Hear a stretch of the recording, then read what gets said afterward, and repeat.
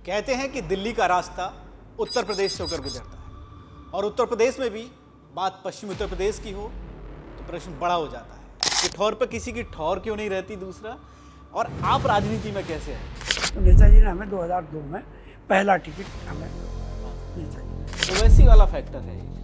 Owaisi factor कितना प्रभाव डालेगा, कितना नुकसान समाजवादी पार्टी को दिखाई दे रहा है, कितना नुकसान होगा, क्या संभावनाएं दिख रही है? कि कौन लड़ेगा कौन नहीं लड़ेगा। बात एक जगह फोकस रखो कि भारतीय जनता पार्टी के मुकाबले पे उत्तर प्रदेश में कौन है। नहीं, मेरे कहने का मतलब है क्योंकि जो आपने तमाम मुद्दे गिनाए, जनता के और महंगाई के, सारी ये सब ठीक लगते हैं सुनने में, लेकिन जैसे ही चुनावी रैली शुरू होती है, जैसे ही चुनावी मंच सजते हैं, बीजेपी एक हिंदुत्व का नारा या जिस तरह का अपना एक उनका शैली योगी जी की है या तमाम नेताओं की, वो जब लेके आएगी विकास के साथ साथ उनका अपना ये रहता है कि भाई हमारा डबल डोज वाला मामला है। अरे तकबीर अल्लाह अकबर से एक मामला शुरू होता है और फिर कहते हैं कि सुनो मुसलमानों, हम ही तुमको इंसाफ और न्याय दिला सकते हैं, समाजवादी पार्टी इस तरह से चीज़ें नहीं कर सकती और हमको जो है यहाँ मुख्यमंत्री बनाना है, डिप्टी सीएम बनाना है, वो उससे नीचे बातें नहीं कर रहे हैं। कहने और करने में बहुत बड़ा फर्क है। एक और सवाल है आपसे कि तमाम चीज़ें होगी, समाजवादी पार्टी को कहा जाता है कि भाई संघर्ष वाली पार्टी है, सारी चीज़ें होती हैं, लेकिन एक सोशल मीडिया पर एक बड़ा एक प्रकरण चल रहा है। अखिलेश यादव जी की बेटी को लेकर किसी ने पोस्ट किया, उसको लेकर फिर मामला इतना बढ़ गया कि खुद योगी जी ने कहा कि बेटी किसी की भी हो वो सारी चीज़ें की जाएंगी, लेकिन अखिलेश यादव अपने चेले चपाटों को समझा ले। जबान से ये कह जाना कि देश की बेटी और बेटियों के लिए सब कुछ ठीक नहीं है। आपने तो सरकार के बनते के साथ ही एक स्क्वाड बनाया था, रोमियो। अलग विलय हो गया, मर्ज हो गया। अभी जो खबर आ रही है शिवसेना को लेकर आ रही है, बची कुछ ही शिवसेना जो मुंबई में है, महाराष्ट्र वाली, वो भी टूटने का खतरा है। 2027 में चुनाव है, लोग कह रहे हैं ऑपरेशन लोटस जो है वो उत्तर प्रदेश में भी कहीं दिखाई दे सकता है, तो कहीं अब जब नेता ही पलटी मार रहे हैं तो जनता क्या करे। सवाल ये कि भाई आजम खां पार्टी में कहीं अलग थलग छोड़ दिए, समाजवादी पार्टी क्या उस शिद्दत से भी उनके लिए संघर्ष करती कहीं दिखाई नहीं दी, अलग थलग हो गए आजम खां, और क्या उनकी भरपाई किस तरह से हो पाएगी पार्टी में, ये हो पा रही है? क्या कभी किसी ने रामपुर फैमिली की तरफ से क्या कभी किसी ने ये भी कहा कि हम समाजवादी पार्टी ने हमारे साथ में ये जाति कर दी? पहले अभी अदिति, इससे पहले इकरा हसन, फिर डिम्पल यादव वाला मामला, कहीं ना कहीं बार बार इस तरह के टारगेट क्यों हो रहे हैं और क्यों समाजवादी पार्टी उस तरह से आवाज़ नहीं उठा पा रही अपने ही नेताओं के लिए? मैं अपनी बात एक शेर कहकर ख़त्म कर रहा हूँ। अभी क्या है, कल एक बूंद को तरसेगा मैं खाना। अभी क्या है, कल एक बूंद को तरसेगा मैं खाना, जो अहले ज़र्फ़ के हाथों में पैमाने नहीं आए। मेरी मकसद और मेरा मानना ये है कि अगर सही लोगों के हाथ में सरकार नहीं आई तो ये गैस की, पेट्रोल की, नौकरी की, बेरोज़गारी की जो समस्याएं हैं तब तक हल नहीं होंगी। इसको हल करने के लिए जो अहले ज़र्फ़ के लोग हैं उनके हाथ में पैमाने आने चाहिए, जिनके हाथ में इनके हाथों से जाएंगे और अहले ज़र्फ़ के हाथों में पैमाने आएंगे, ये निश्चित मसला है। कहते हैं कि दिल्ली का रास्ता उत्तर प्रदेश से होकर गुजरता है और उत्तर प्रदेश में भी बात पश्चिमी उत्तर प्रदेश की हो तो प्रश्न बड़ा हो जाता है।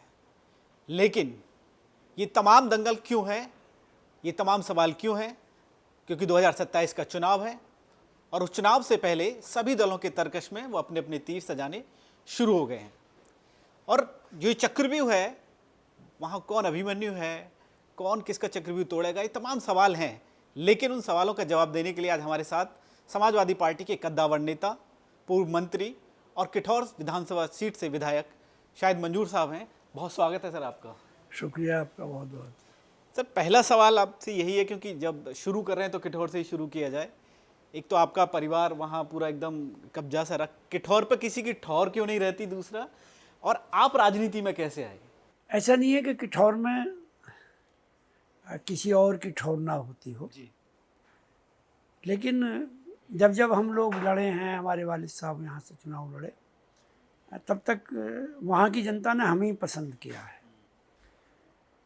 तो जहाँ तक मेरा ताल्लुक़ है तो 1967 में, उससे पहले 1962 में हमारे वालिद साहब पहला टिकट चुनाव जो है वो सोशलिस्ट पार्टी के सिंबल पर लड़े थे, डॉक्टर लोहिया के साथ लड़े थे। वो पहला इलेक्शन था, नाकामयाबी हुई थी।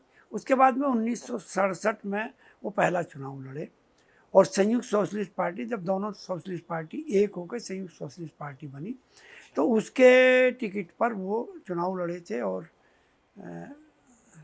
बहुत अच्छी वोटों से, बहुत अच्छी वोटों से, मैं भी 14,000 वोटों से जीता पहला इलेक्शन, लेकिन मैं 17,000 से नहीं जीत पाया, तो वो 17,000 वोटों से लगभग वो पहला इलेक्शन जीते थे। अच्छा। उसके बाद में उन्होंने दूसरा इलेक्शन भी वहीं से चुनाव लड़े थे, वहीं से जीते और 71 की जंग के बाद यह कहिए कि इंदिरा गांधी ने जब यू टर्न लिया तो समाजवादी पार्टी की जो मांग थी, वो प्रीवी पर्स का बंद होना, ज़मीन की हदबंदी होना, बैंकों का नेशनलाइजेशन होना, ये सब समाजवादी पार्टी की मांग थी। तो डॉक्टर लोहिया की डेथ के बाद वैसे भी समाजवादी पार्टी का कुनबा जो है वो बिखरने लगा था। तो कुछ लोग जो हैं वो इंदिरा जी के साथ आ गए थे और कुछ लोग तत्कालिक गठबंधन में इंडिकेट के साथ चले गए थे। तो हमारे पिताजी भी जब उसमें आ गए थे कांग्रेस में, तो पहला चुनाव उन्होंने कांग्रेस के टिकट पे 74 का लड़ा, वो जीत गए थे। फिर 3 साल के बाद में इमरजेंसी में चुनाव हुआ और जब ज़्यादातर कांग्रेसियों का हार हुई थी इमरजेंसी के बाद, उसमें भी वो कांग्रेस के टिकट से चुनाव मेरठ शहर से जीत गए थे। तो मेरठ से 2 बार जीत गए थे, 1 बार गढ़ से जीते, तो इस बार 5 बार वो चुनाव जीते। लेकिन किठौर से कि हमारा पैतृक घर है, पैतृक ख़ानदान है, ज़मीन है, रिश्तेदारी है, वो सब लोग हम किठौर को कभी छोड़ा नहीं। 1992 में मैंने पहली बार टिकट मांगने की कोशिश करी थी, तो वो टिकट नहीं मिला, वालिद साहब का ज़माना था। फिर 1997 में 93 में मैं नेताजी से मिला था जब वो सरकार टूटी, मायावती जी ने गठबंधन वापस लिया और सरकार टूटी थी, तब मैं नेताजी से मिला था 92 में जी। तो नेताजी से मिलकर बात करी, नेताजी ने कहा भी था कि सरकार चली गई तो शायद अब, मैं कहा जब संघर्ष करेंगे आपके साथ, तो नेताजी के साथ संघर्ष में हम शामिल हो गए। संघर्ष के साथ ही रहे। संघर्ष में शामिल हो गए नेताजी के। उससे पहले भी साथों से ही लोकदल ए बना, बे बना, उससे पहले दम की पाबनी, दलित मजदूर किसान पार्टी, तो उसमें भी वालिद साहब हमारे। तब मैं डायरेक्ट पॉलिटिक्स नहीं करता था, मैं 92 से पॉलिटिक्स में आने की मैंने कोशिश करी, लेकिन वो जब टिकट नहीं मिला तो मैं नेताजी से मिला था। तो पहली बार 97 में नेताजी ने मुझसे कहा था कि तुम जाओ नॉमिनेशन फाइल करो और आके सिंबल ले जाना। लेकिन वो दुर्भाग्य ये हुआ कि मैं नॉमिनेशन के लिए जा रहा था, बस पलट गई, 5 लड़के किठौर के जो है वो उसमें इंतकाल हो गया और 40, 45, 50 लड़के और पूरी तरह इंजर्ड हो गए। अच्छा, इस तरह की घटना हो गई, बड़ी घटना थी। और सीट जो है वो लोकदल पर के गठबंधन में चौधरी साहब के कोटे में चली गई, चौधरी अजीत सिंह जी के। और मैंने जब ये स्थिति बनी, वो बस पलटी हो, तो मैंने चुनाव लड़ने से मना कर दिया। नहीं भाई, एक तो ये इतना बड़ा हादसा हो गया और ऊपर से सीट गठबंधन में चली गई, तो चुनाव नहीं लड़ते। लेकिन नेताजी के साथ संघर्ष में हम लोग बने रहे। सरकार बनी, फिर चुनाव हुआ 2002 में, 5 साल के बाद नेताजी ने हमें पहली बार किठौर से टिकट दे दिया। उस बीच में बहुत कभी पार्लियामेंट की इसकी बातें, हमने कहा नहीं, जब लड़ेंगे तो चुनाव MLA का ही लड़ेंगे, और लड़ेंगे जब भी नेताजी लड़ाएंगे तो किठौर से ही लड़ेंगे।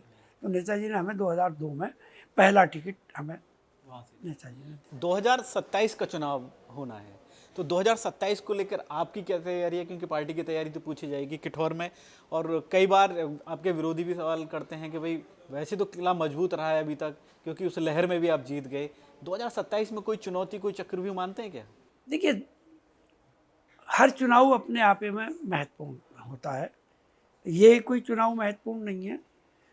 2007 का चुनाव भी बहुत महत्वपूर्ण था, जिसमें BSP की सरकार बनी थी, वो भी बड़ा महत्वपूर्ण चुनाव था। और जनता का रुख भी ऐसा था कि मायावती जी की सरकार बन गई थी, उसके बाद में 2012 का भी चुनाव जो है बीएसपी की सरकार रहते हुए हुआ, वो भी कम महत्वपूर्ण चुनाव नहीं था, किसी की सरकार थी और हम लोग अपोजिशन में थे।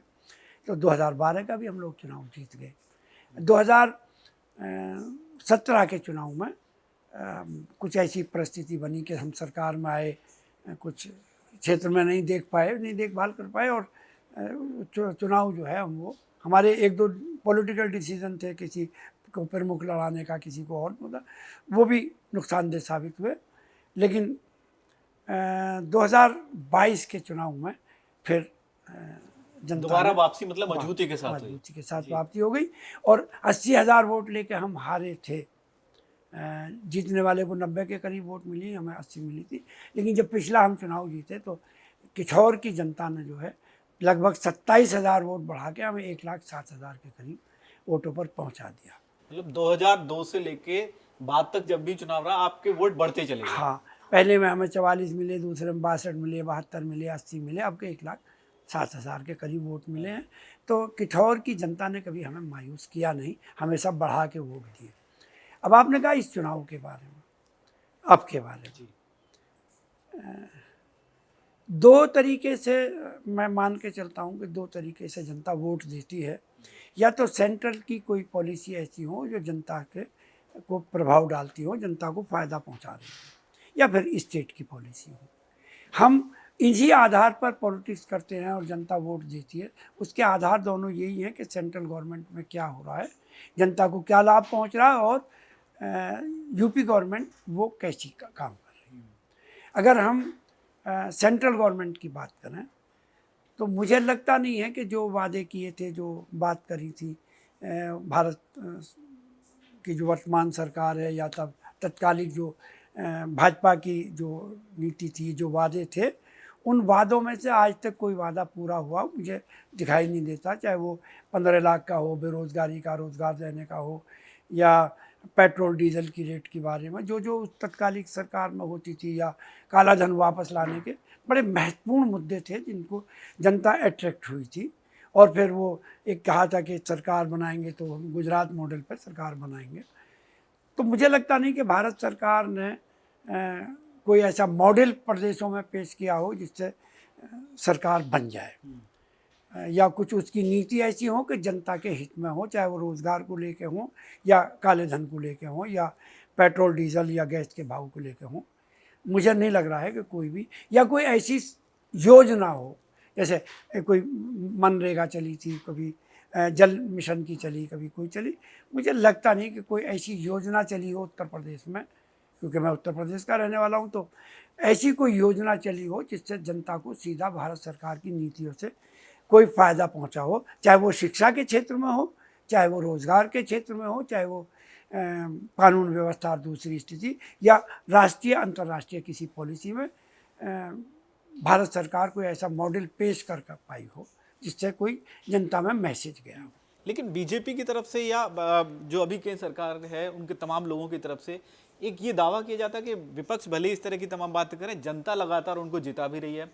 और एक नया रिकॉर्ड अभी जो 12 साल पूरे होने पर उन्हें लगातार एक समारोह किया जा रहा है, जगह जगह प्रभारी मंत्री भी पहुंच रहे हैं कि भाई उन्होंने नेहरू से ज़्यादा शासन करने का, सरकार चलाने का एक रिकॉर्ड बना लिया है। तो वो तो एक बड़ी उपलब्धि मानते हैं अपने आप। अभी मैंने बात करी कि जनता को क्या मिला। सरकार तो बहुत सारे कारणों में मैनेज हो जाती है, बहुत सारे आरोप प्रत्यारोप भी लगते हैं सरकार के बनने और बिगड़ने में। उसमें कुछ रोल भी कहा जाता है कि इसका रोल रह गया, ईवीएम का रहा, इसका रहा, मैं उसमें नहीं जा रहा। लेकिन सरकार तो बन जाती है, कभी कभी विपक्ष की नाकामियों पे भी सरकार बनती है। तो ऐसा नहीं है कि इनकी मानते हैं कि विपक्ष कहीं ना कहीं हाँ, मैं इस बात को मानता हूँ कि विपक्ष की नाकामियों पर भी बात बनती है, सरकारें बनती है। कोई सरकार की खूबी नहीं है कि वो सरकार में है। हमारी अपोजिशन की भी पूरे राष्ट्र में, जैसे आप उत्तर प्रदेश में ले लो तो हम अपोजिशन में थे, हमारी पार्टी ने, हमारे नेताओं ने जो पिछला चुनाव पार्लियामेंट का हुआ है उसमें खुद भी जीते हैं और दूसरों को भी जितवाया है। तो ऐसा नहीं है कि सरकार, उत्तर प्रदेश की सरकार उत्तर प्रदेश में बहुत अच्छा कुछ किया हो। और अगर अच्छा कुछ किया होता तो हम आधे से ज़्यादा विधायक सांसद जो है वो उत्तर प्रदेश की विधानसभा में, भारत की संसद में हमारे नहीं पहुंचते। हम आधे से ज़्यादा पहुँचे हैं हाँ, लोकसभा चुनाव में।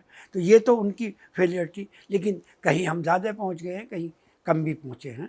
तो हो सकता है वहाँ उतना अच्छा मैनेजमेंट उनके नेताओं ने नहीं किया हो, या उतनी अच्छी नीति उनके नेताओं की ना रही हो उन प्रदेशों में, जितनी उत्तर प्रदेश में हमारे नेता की रही है, जिसके कारण हम भी जीते और हमारे सहारे से कांग्रेस भी कई सीट यहाँ पर। केंद्र सरकार की बात कर ली, यूपी सरकार की अगर बात करें, मौजूदा सरकार की, कितने नंबर देंगे? एक तो दूसरा, उनके क्या जो कानून व्यवस्था को लेकर एक बड़ा ट्रम्प कार्ड माना जाता है हमेशा कि वो वहाँ एनकाउंटर है, चाहे वहाँ बुलडोजर है, इस तरह के जो एक्शन है उसको लेकर हमेशा हालांकि सवाल उठते रहे हैं। दो तरीके की बात है, जी। एक तो है डेमोक्रेटिक सिस्टम और एक है अधिनायकवाद। तो जो डेमोक्रेटिक सिस्टम है उसमें सब तय कर दिया गया है कि किसकी क्या ड्यूटी है, सरकार की क्या ड्यूटी है, अपोजिशन की क्या ड्यूटी है, सरकार को क्या काम करना चाहिए और सरकार को क्या काम नहीं करना चाहिए। अगर कानून व्यवस्था की स्थिति को सुधारने की बात कर रहे हो और एनकाउंटर, हाफ एनकाउंटर की बात करते हो, तो इसमें तो हमारी सरकार ने रिकॉर्ड बनाया है।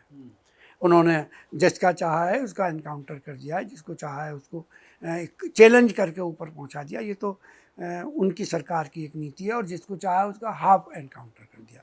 लेकिन इतने एनकाउंटर, हाफ एनकाउंटर करने के बाद भी अगर अभी पहली जैसी स्थिति बनी हुई है, तो कहा नहीं जा सकता कि वो नीति कामयाब है।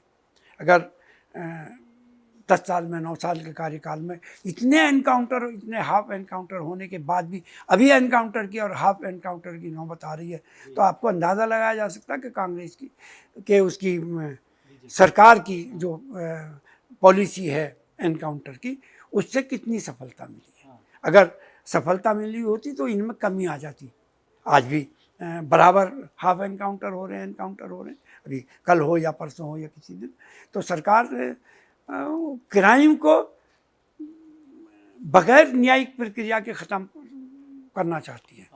इसमें एक सवाल उसको लेकर भी उठता है कि साहब एनकाउंटर में समाजवादी पार्टी तो हालांकि पीडीए वाला एक आंकड़ा लेकर आती है, वो जाति मजहब वाला भी एक सवाल उठता है बार बार कि इस तरह का, लेकिन सरकार की तरफ से भी आंकड़े दिए जाते हैं कि नहीं, इस मामले में कोई वो नहीं देखा जाता कि भाई जाति मजहब देखा जा रहा है, अपराधी अपराधी है, चाहे कोई भी हो। जी, अभी लेटेस्ट जो हैं वो 3 उदाहरण मैं आपके रख रहा हूँ, क्योंकि ताज़ी बात करनी चाहिए, पुरानी तो नहीं करनी चाहिए। एक यहाँ पर एक लड़के ने एक लड़के का मर्डर किया, गला काट दिया। सरकार ने दूसरे दिन उसका एनकाउंटर कर दिया। एक घटना संभवतः बनारस की है, वहाँ पर एक का मर्डर किया, दूसरे दिन उस कश्यप का भी, या तीसरे दिन उसका भी मर्डर कर दिया। मैं इस पॉलिसी को मैं तायद नहीं कर रहा, या मैं इस बात को नहीं कह रहा कि तीसरे का भी वही होना चाहिए था, लेकिन एक तीसरी घटना और होती है, उसमें एक मर्डर होता है और वो फिर उसको टेलीफोन करके कहा जाता है, जो सोशल मीडिया की न्यूज़ थी कि टेलीफोन करके कहा गया हमने तेरे घर वाले को मार दिया, तो इसकी डेड बॉडी उठवा देना, उसको पकड़ के जेल भेज दिया जाता। तो अगर पॉलिसी पहले के लिए एक है, दूसरे के लिए एक है, तो तीसरे के लिए भी एक ही होनी चाहिए। तो जो आपने सवाल किया कि ये आरोप लगते हैं, आरोप नहीं लग रहे हैं, ये दिखाई दे रहा है, ये आरोप नहीं है बल्कि ये दिखाई दे रहा है कि हो क्या रहा है। हमारे यहाँ एक लड़का एक लड़की को लेकर चला जाता है, माँ बीच में आती है, उसका मर्डर हो जाता है। मैं कहानी में नहीं जा रहा कि क्यों हुआ, कैसे हुआ, लेकिन एक घटना हो जाती है। तीसरे चौथे दिन लड़के को पकड़ा जाता है, उसको जेल भेज दिया जाता है। तो आपका जो एनकाउंटर वाली पॉलिसी तो कहाँ चली गई। मैं उस पॉलिसी को अच्छा नहीं मानना, इसलिए नहीं कह रहा कि मैं बहुत अच्छी पॉलिसी, वो पॉलिसी अच्छी नहीं है।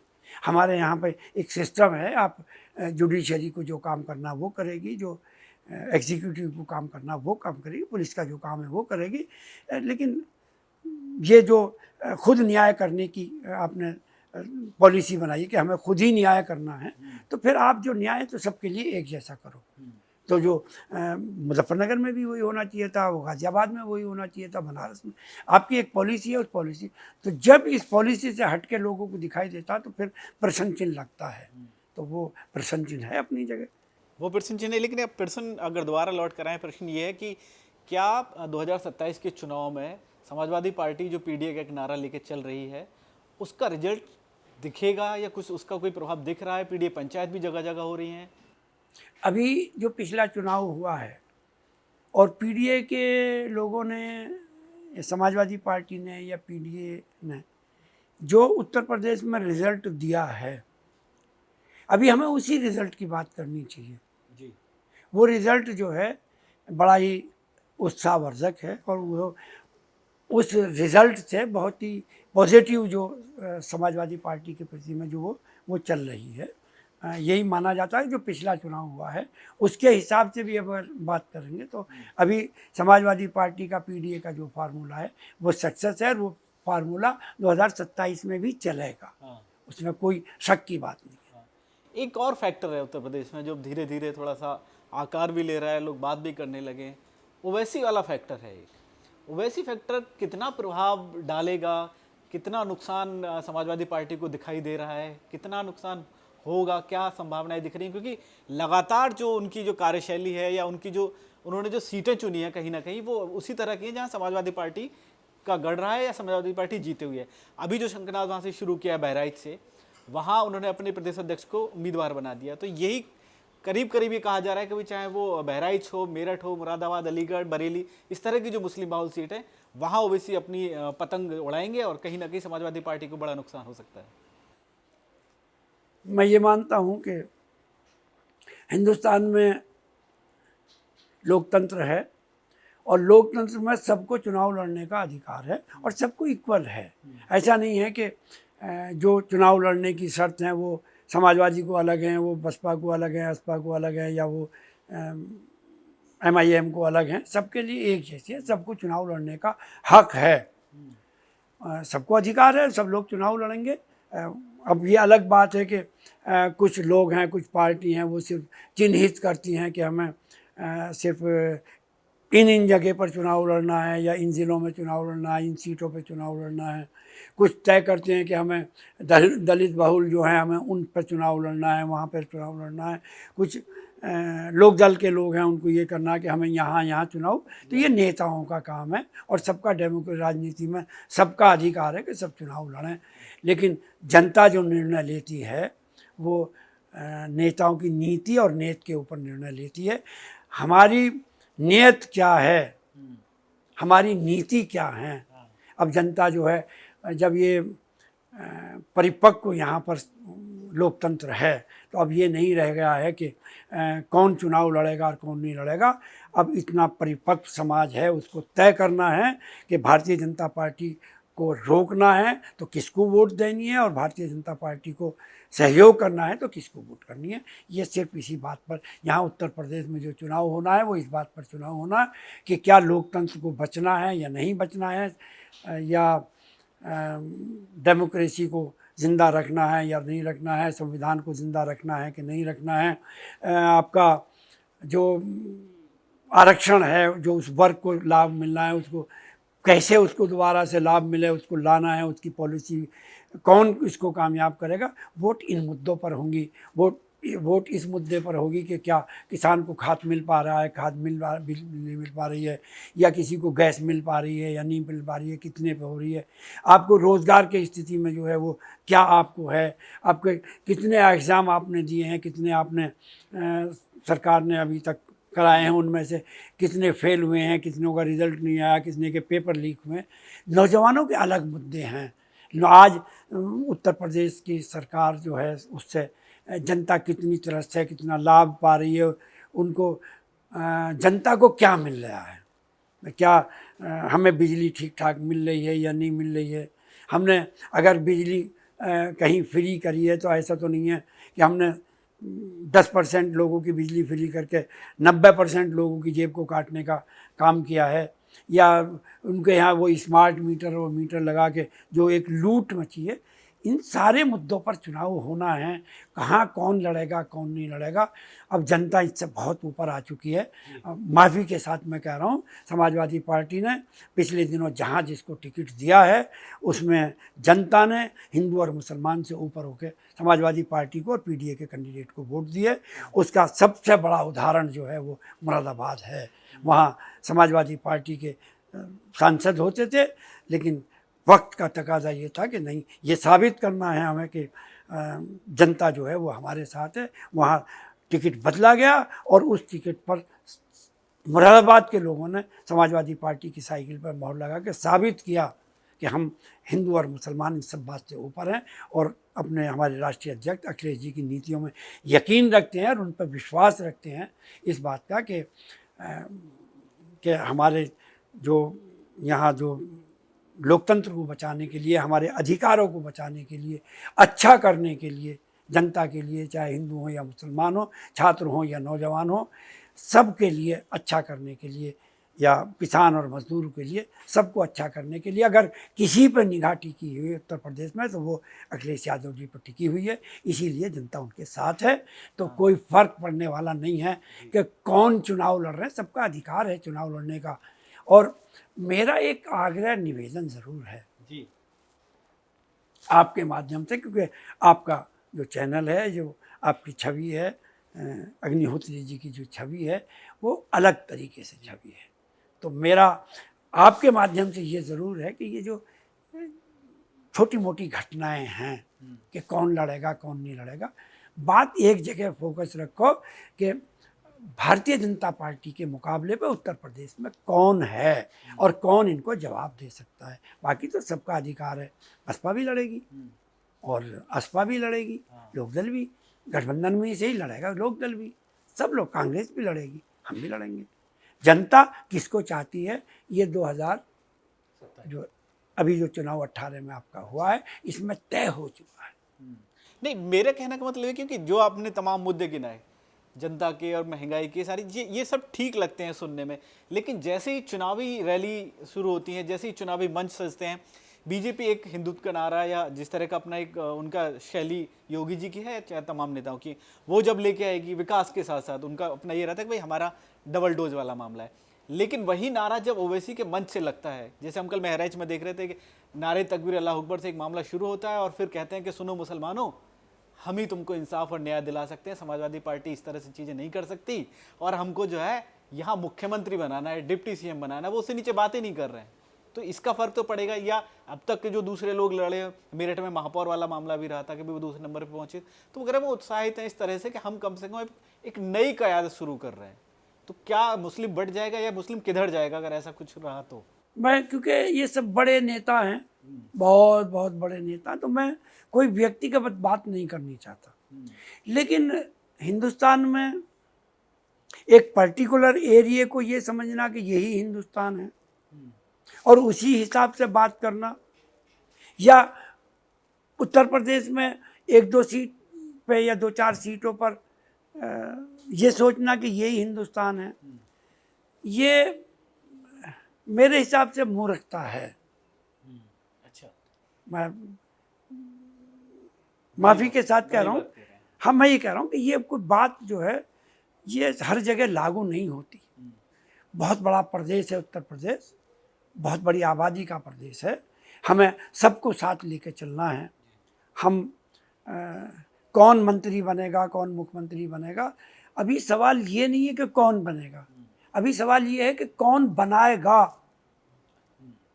क्या जो लोग बनाने की बात कर रहे हैं कि क्या उत्तर प्रदेश में 10, 20, 50 सीटों पर चुनाव लड़ने के बाद में क्या सरकार बनाने की स्थिति में आ जाएगी? ये जो गलतफहमी लोगों को है, नेताओं को है कि हमारे बगैर सरकार नहीं बनने की, चाहे कोई सी भी पार्टी हो, ये बहुत बड़ा प्रदेश है। यहाँ बड़े प्रदेश में बड़ी बात होनी चाहिए कौन चीफ मिनिस्टर बनेगा, जब तय कर लिया है यहाँ की माइनॉरिटी ने, उत्तर प्रदेश की माइनॉरिटी में, कि हमारी क़यादत के अगर कोई कर सकते हैं तो वो पहले नेताजी करते थे, अब उनके बेटे कर सकते हैं, ये सब तय कर लिया है। तो अब इससे कोई फ़र्क पड़ने वाला नहीं कि कौन नारा दे रहा है कि हमें चीफ मिनिस्टर बनना है। अरे भाई, बन जाओ ना चीफ मिनिस्टर, किसने रोका है? जहां हो वहीं बन जाओ, ये सवाल बड़ा उठता है। पर बन जाओ ना, मॉडल पेश करो ना कि हम यहाँ बन गए वहां भी बनेंगे। तो पहले शुरुआत तो करो ना वहीं से बनने की। अब जहां पर आप हैं वहीं पर नहीं हो, तो यहाँ सपने दिखला रहे हो, ख्वाब दिखला रहे हो। अरे उत्तर प्रदेश है भाई, ये भारत की राजनीति तय करती है। एक चीज और कि अगर चलिए आपने कह दिया, मान लिया सीधे तौर पर सबको नकारते हो कि भाई उत्तर प्रदेश में सिर्फ 2 विंडो फाइट है ना, बीजेपी वर्सेस समाजवादी पार्टी होना है, लेकिन अब बाकी दल भी साथ आएंगे, सब चीज़ें होंगी, गठबंधन की भी बात चलती है।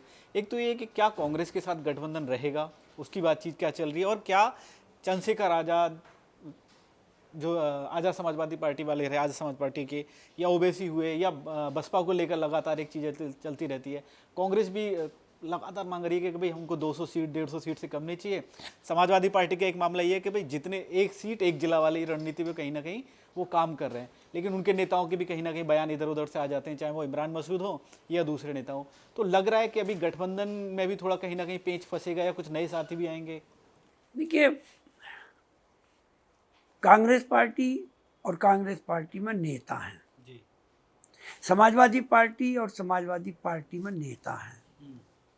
गठबंधन होगा नहीं होगा, कहाँ होगा, किस फार्मूले पे होगा, ये समाजवादी पार्टी के नेता, राष्ट्रीय अध्यक्ष और कांग्रेस पार्टी के नेता ये तय करेंगे कि गठबंधन होगा, किस शर्त पे होगा, क्या फार्मूला होगा। इसमें हम जैसे लोग या हमारी कैटेगरी के और हमारे साथी लोग अगर अपनी कोई राय दें, तो मैं समझता हूँ कि अभी कोई इस लायक नहीं है कि वो राष्ट्रीय स्तर पर कोई बात कर सकते हो, चाहे कांग्रेस के हों चाहे समाजवादी पार्टी के हों। ये हमारी व्यक्तिगत बात हो सकती है, ये पार्टी की बात नहीं है। गठबंधन होगा, क्या शर्त होंगी, इसको तय करेंगे हमारे राष्ट्रीय अध्यक्ष और या कांग्रेस पार्टी का जो नेतृत्व है वो तय करेगा। यह हमारा काम नहीं है। हमारा काम अपनी अपनी पार्टी की नीतियों को फॉलो करना है।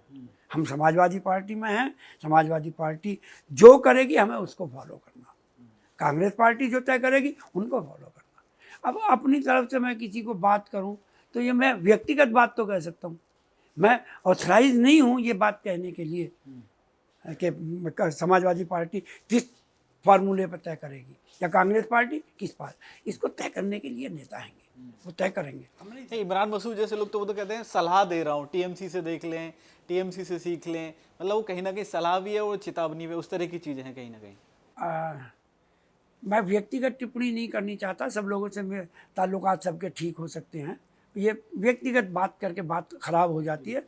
लेकिन मैं अपने आप को कह रहा हूँ कि हम उस पोजीशन में नहीं है कि हम तय करें कि हमारा नेता किससे गठबंधन करें। हमारे राष्ट्रीय अध्यक्ष अखिलेश जी किससे गठबंधन करें, कितनी सीट दें, किसकी नहीं दें, ये उनको तय करना है, मुझे नहीं करना है ना। हम बात भी अगर होगी या कुछ पूछेंगे तो हम अगर पूछेंगे तो हम उनसे बात करेंगे।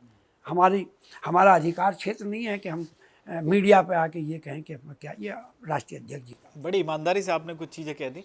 बसपा का रोल भी अगर उसको भी हालांकि नकार तो नहीं सकते हैं, क्योंकि बसपा एक अच्छा खासा उनका वोट बैंक है, थोड़ा सा एक्टिव दिख रही है मायावती।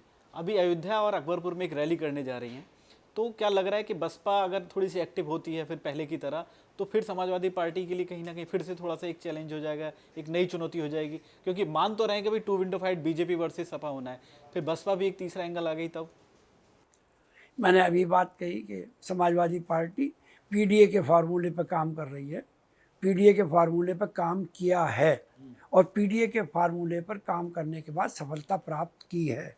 समाजवादी पार्टी पीडीए के फार्मूले पर काम करेगी, उसी पर सफलता मिली थी, उसी पर सफलता इंशाल्लाह आगे को भी मिलेगी। एक और सवाल है आपसे कि तमाम चीज़ें होगी, समाजवादी पार्टी को कहा जाता है कि भाई संघर्ष वाली पार्टी है, सारी चीज़ें होती है, लेकिन एक सोशल मीडिया पे एक बड़ा एक प्रकरण चल रहा है। अखिलेश यादव जी की बेटी को लेकर किसी ने पोस्ट किया, उसको लेकर फिर मामला इतना बढ़ गया कि खुद योगी जी ने कहा कि बेटी किसी की भी हो वो सारी चीज़ें की जाएंगी, लेकिन अखिलेश यादव अपने चेले चपाटों को समझा लें। फिर इधर से भी प्रतिक्रिया आई है। इस तरह की जब चीज़ हुई है तो फिर ये सवाल उठने लगते हैं कि भाई पहले अभी अदिति, इससे पहले इकरा हसन, फिर डिम्पल यादव वाला मामला, तो कहीं ना कहीं बार बार इस तरह के टारगेट क्यों हो रहे हैं, और क्यों समाजवादी पार्टी उस तरह से आवाज़ नहीं उठा पा रही अपने ही नेताओं के लिए? भाषा पर संयम सबको रखना चाहिए। जो लोग ये कह रहे हैं कि अपने चेली चपाटों को, ये भाषा राजनीति में कहीं से भी अच्छी भाषा नहीं है। और वो भाषा जो किसी भी बच्चों को लेके बोली जाए या बेटियों को लेके बोली जाए, न वो भाषा अच्छी है, न वो आज़ादी अच्छी है। जो लोग सोशल मीडिया पे जैसी बात करते हैं या जहाँ उकसाने की बात करते हैं या बात बढ़ाने की बात करते हैं, मेरा मानना ये है कि वो भाषा किसी भी तरीके से ना बोलनी अच्छी है ना लिखनी अच्छी है। मैं ये बात मान के चलता हूँ। जहाँ तक सवाल है मुख्यमंत्री जी का, कहने और करने में बहुत बड़ा फर्क है। ज़बान से ये कह जाना कि देश की बेटी और बेटियों के लिए सब कुछ ठीक नहीं है। आपने तो सरकार के बनते के साथ ही एक स्क्वाड बनाया था, रोमियो। 9 साल के बाद, 9.5 साल की सरकार के बाद भी ऐसी भाषाओं का लोग प्रयोग कर रहे हैं। तुम्हारा स्क्वाड में कहाँ चला गया? कभी इस पे भी सोचेंगे, विचार करेंगे नहीं कि आपने तो जो एक इसी काम के लिए बनाया था, बहन बेटियों की रक्षा के लिए और उनको कवच के रूप में, तो आपका वो कवच कहाँ गया? क्यों ऐसे लोगों ने ये टिप्पणी कर दी बेटियों पे, बहनों पे? क्यों करी? और आपने कहा कि एक्शन होगा, तो जब एक्शन होगा तो पता चलेगा। अभी तो सिर्फ ज़बानी जमा खर्च, अभी तो ऐसी है जैसे 15 लाख आ गए, 2 करोड़ रोजगार आ गए, ऐसे लोग ये मान रहे हैं। आखिर में कह दिया तो जुमलेबाजी है, तो अभी तो इसको जुमलेबाजी मान रहे हैं लोग। जुमलेबाजी मान रहे हैं। अब मैं दोबारा से वो जो जुमलेबाजी हुई या बयान वाला मामला हो गया, कई बार ऐसा होता है कि ना चाहते हुए तमाम मुद्दे हैं, आम जनता के मुद्दे हैं, वोट बैंक का मामला है, चाहे पेपर का मामला हो, चाहे गन्ना किसानों का मामला हो, सबसे हटते हटते चुनाव आते आते फिर मामला जैसे हिंदू मुस्लिम पर आ जाता है। लोग ये कहते हैं कि विपक्ष भी कई बार बीजेपी के पिच पर खेलने लगता है। समाजवादी पार्टी के सांसद जावेद अली, उन्होंने कल एक बयान दिया, कहें कि वही बीजेपी के बहकावे में आकर जो बहुसंख्यक जहरीला हो गया। अब उसके बाद जो है थोड़ा सा विरोध हो रहा है, बवाल भी मचा है। आप जिनकी बात कर रहे थे, जिनको सांसद बनाया, रुचि वीरा भी इस बात से नाराज हैं। वो कह रही हैं कि मैं अखिलेश यादव जी से शिकायत भी करूंगी, और खुद उनको इस प्रोग्राम में भी नहीं बुलाया गया। तो एक तो इस तरह के बयानों का आना। हम सब लोगों को भाषा पे बहुत संयम रखना चाहिए और किसी को भी ऐसी भाषा का प्रयोग नहीं करना चाहिए जो किसी को अप्रिय लगे। और मीडिया से भी एक दरख्वास्त है कि सिर्फ उतनी क्लिप को ना प्रचारित करें जितनी से द्वेष फैलता हो। जो बयान है कल का, मुझे नहीं कि मैंने नहीं देखा है क्या बयान है क्या नहीं, लेकिन पूरे बयान को अगर देखा जाए उससे सार निकाला जाना चाहिए कि किस कंटेक्स्ट में ये बात हो रही है, इससे पहले क्या क्या बात कही, इसके बाद क्या क्या बात हुई। कभी कभी ऐसा होता है कि वो एक छोटी सी क्लिप को निकाल के और उसको बातों की बचंगड़ बना दी जाती है। तो मीडिया से भी मेरी एक दरख्वास्त ये है कि पूरी क्लिप को देखें, बजाय इसके कि जो एक तरीके से बात आई, दूसरी तरफ से बात आई, किसने क्या कहा, उस पूरे भाषण को देखें, तब जाके ये पता चलेगा कि किसी ने कहा क्या। एक चीज, एक समाजवादी पार्टी के अंदर से और जो मुस्लिम वोटर हैं उनके अंदर से, या पूरे सोशल उसको देखा जाए, सियासी पूरे उसको महकमे को, एक सवाल उठता है कि समाजवादी पार्टी वो संघर्ष वाला रास्ता, जैसे मैंने अभी अपने महिला उनके लिए कहा, ये अपने नेताओं के बारे में भी एक सवाल ये है कि भाई आजम खां पार्टी में कहीं अलग थलग छोड़ दिए। समाजवादी पार्टी क्या उस शिद्दत से भी उनके लिए संघर्ष करती कहीं दिखाई नहीं दी? अलग थलग हो गए आजम खां, और क्या उनकी भरपाई किस तरह से हो पाएगी पार्टी में, यह हो पा रही है? इस बारे में कभी आजम भाई की तरफ से या उनकी फैमिली की तरफ से कभी कोई बयान पढ़ा या सुना कि उन्होंने कभी समाजवादी पार्टी या उनके नेताओं से कोई शिकायत करी हो, या उनके बारे में एक शब्द भी कहा हो? जब भी कहा यही कहा है कि हम तो समाजवादी हैं, समाजवादी रहेंगे और समाजवादी मरेंगे। अब इसके बाद में भी कुछ रह जाता क्या? आजम खान साहब जब निकल के आए थे, वो भी उन्होंने दर्द जाहिर कर दिया था कि अरे मैं क्या हूँ, मैं तो एक छोटा सा अदना सा कार्यकर्ता हूँ, मेरा किसी को नाम याद है कि नहीं है पता नहीं। वो अलग बात है उन्होंने क्या कहा, लेकिन क्या कभी किसी ने रामपुर फैमिली की तरफ से क्या कभी किसी ने ये भी कहा कि हम समाजवादी पार्टी ने हमारे साथ में ये जाति कर दी? वो तो जब बात करते हैं यही करते हैं कि समाजवादी पार्टी ठीक है, उसके नेता ठीक है। तो अब ये तो सोशल मीडिया पे जो चलता है चलने दो, इसको इससे कोई फर्क पड़ने वाला नहीं। आप पश्चिम यूपी की मतलब राजनीति तो आप पूरे प्रदेश में सब में करते हैं, मंत्री भी रहे, पूरी सरकार का प्रतिनिधित्व किया है। पश्चिमी उत्तर प्रदेश पर अगर लौट के आए, एक तो क्या जाट मुस्लिम गुर्जर समीकरण फिर से बनेगा समाजवादी पार्टी की जो कवायद है, क्योंकि दादरी में अखिलेश यादव ने जो रैली की उसका भी कहीं ना कहीं लबोलबाब यही था। बीजेपी की अगर बात करें तो पूरा फोकस इस वक्त पश्चिमी उत्तर प्रदेश पर है। वो मेरठ में रैपिड रेल वाला मामला हो, सहारनपुर यानी गंगा एक्सप्रेस वगैरह चीज़ें हो, या फिर जेवर एयरपोर्ट का। जेवर से कल तमाम किसान वहाँ पहुँचे, एक बड़ा वहाँ संवाद सीएम योगी का रहा। तो पश्चिम उत्तर प्रदेश पर फोकस है, तो क्या समीकरण जो सिद्ध हो पाएगा बीजेपी और समाजवादी पार्टी की अगर बात करें तो कहाँ किसका पल्ला थोड़ा भारी दिखाई दे रहा है आपको, क्योंकि दिल्ली करीब है यहीं से? जो अभी आपने मेरठ की रैपिड रेल की बात करी, क्या रैपिड रेल से मेरठ और मेरठ से दिल्ली जाने वाले जो रोजाना के यात्री हैं उनकी समस्याओं का समाधान हो गया? उपलब्धि तो रही कुछ नहीं, हमारी उपलब्धि कितने परसेंट लोगों के लिए, कितने परसेंट लोगों के लिए उपलब्धि है? बात जनता की करो ना, विशेष वर्ग की बात ना करो। और क्या वो ट्रेन से जाने के बाद दिल्ली में अगर वो आ रहे हैं तो क्या ऐसी कोई सरकार की व्यवस्था है कि वो अपने गंतव्य जो है वो रैपिड से पहुंच के फिर कार का सहारा ना लें या दूसरे व्हीकल का सहारा ना लें? अब ये देखो ना, अब एक थोड़ी सहूलत तो मिली है, लेकिन उसके बाद की जो दिक्कतें हैं वो तो अपनी बरकरार हैं। जीवा एयरपोर्ट जेवर एयरपोर्ट में कुछ किसानों को लेके गए हैं ये शो करने के लिए कि किसान हमसे संतुष्ट हैं, लेकिन वो किसान नहीं दिखाई दे रहे जो अभी तक भी जो है गंगा एक्सप्रेसवे पर जो है वो धरना दे रहे हैं, प्रदर्शन कर रहे हैं कि हमारी ज़मीन लूट ली गई और हमें सही मुआवजा नहीं मिला। उन किसानों को नहीं देख रहे, उनको भी तो देखो ना। गंगा एक्सप्रेसवे हो या हमारे यहाँ हमारे क्षेत्र में किसान जो है पिछले 2 साल से धरना दे रहे हैं अपनी ज़मीन के मुआवजे को लेकर। और दुर्भाग्य और बदकिस्मती ये है कि खेत के एक मेंढे पे क्या मुआवजा है और दूसरे मेंढे पे क्या है, और बार बार सुधार नहीं कर पा रहे। तो आप उनको भी तो देखो ना, समस्याओं को देखो। अभी इस कॉरिडोर में ज़मीन एक्वायर करने में कितने किसानों की बर्बादी हुई है, आप उनको भी तो देखिए ना। आप ले ले, आप यहीं ले लो ना नोएडा में, आप ज़मीन के रेट देख लो क्या रेट है और ज़मीन का मुआवजा क्या मिल रहा है, अब लगाओ ना हिसाब। एक और अभी आपने एक सवाल उठाया ज़मीन के एक्विजिशन का। अभी आपके नोएडा में एक नया प्रकरण है, मैं आपको बतला रहा हूँ, शायद आपकी जानकारी में नहीं होगा। 1974 में या शायद उससे भी पहले यहाँ पर नोएडा में एक पराग डेयरी की स्थापना की नींव पड़ी थी और वो डेयरी चल भी रही थी। 3 लाख लीटर 3.5 लाख लीटर उसमें दूध का भी उत्पादन भी हो रहा है। और आपको ज़मीन का रेट मुझसे ज़्यादा बेहतर आपको मालूम है, नोएडा में कहीं भी अगर बात करी जाए तो 1-2 लाख से नीचे तो कहीं है ही नहीं। स्क्वायर फीट की और मीटर की बात करें तो और ज़्यादा है। तकरीबन 7.25 करोड़ ज़मीन और 7.25 एकड़ ज़मीन जो डेयरी की थी वो सरकार ने किसी फर्म को दे दी और 101 करोड़ में दे दी, जबकि डेयरी में ही जो कीमत है उसी डेयरी की कीमत है वो मैं समझता हूँ कई सौ करोड़ बल्कि हज़ारों करोड़ की जो डेयरी की कीमत है। चलती चलाई डेयरी को जो है आपने किसी को बेच दिया।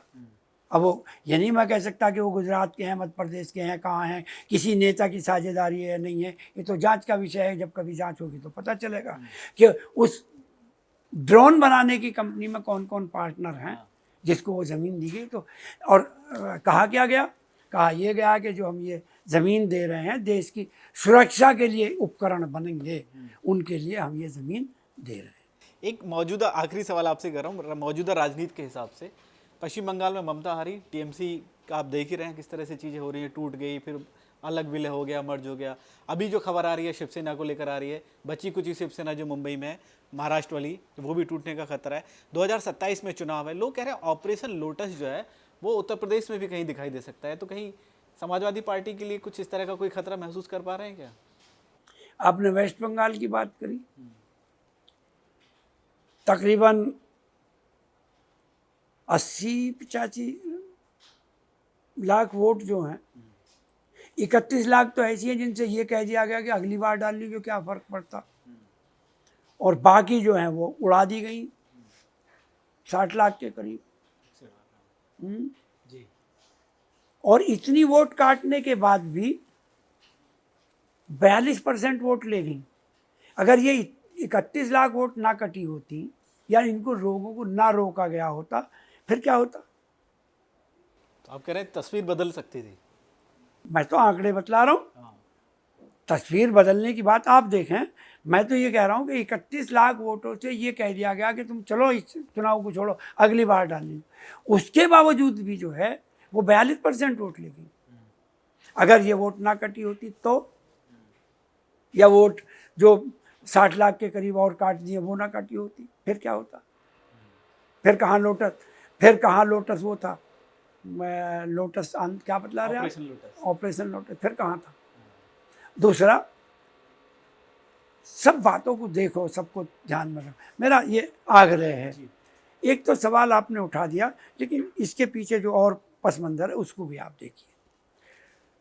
बिहार में नीतीश जी अपोजिशन का चेहरा थे और वहाँ के अपोजिशन ने उनको चुन भी लिया था, स्वीकार कर लिया था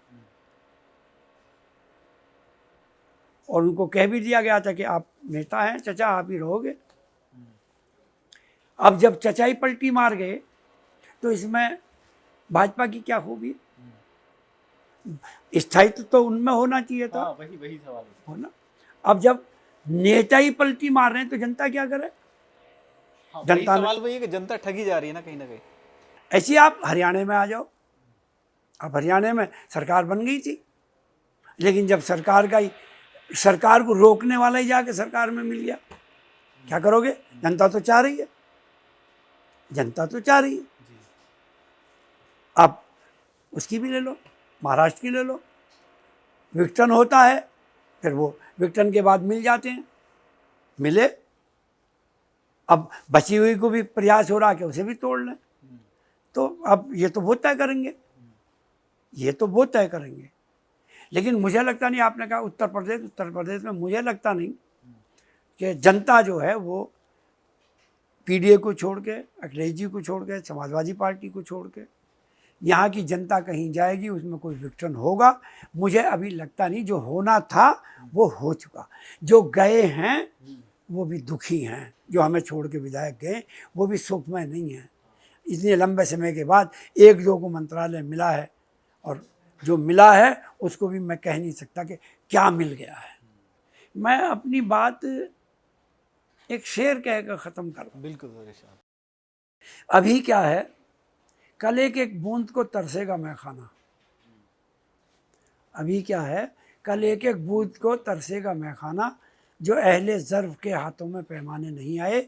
मेरी मकसद और मेरा मानना ये है कि अगर सही लोगों के हाथ में सरकार नहीं आई तो ये गैस की, पेट्रोल की, नौकरी की, बेरोज़गारी की जो समस्याएं हैं तब तक हल नहीं होंगी। इसको हल करने के लिए जो अहले ज़र्फ़ के लोग हैं उनके हाथ में पैमाने आने चाहिए, जिनके हाथ में इनके हाथों से जाएंगे और अहले ज़र्फ़ के हाथों में पैमाने आएंगे। ये निश्चित मत है मेरा। तो देखिए, ये थे हमारे साथ समाजवादी पार्टी के कद्दावर नेता शाहिद मंजूर साहब, जिन्होंने बड़ी साफगोई से और बड़ी ईमानदारी से तमाम सवालों के जवाब दिए और विपक्ष को भी कहा कि कहीं ना कहीं कमी है और चुनौती उस चक्रव्यूह को तोड़ने के लिए भी है जो 2027 में सामने है। तो आप हमारे चैनल से जुड़े, आपने तमाम सवालों के जवाब दिए, बहुत शुक्रिया आपका।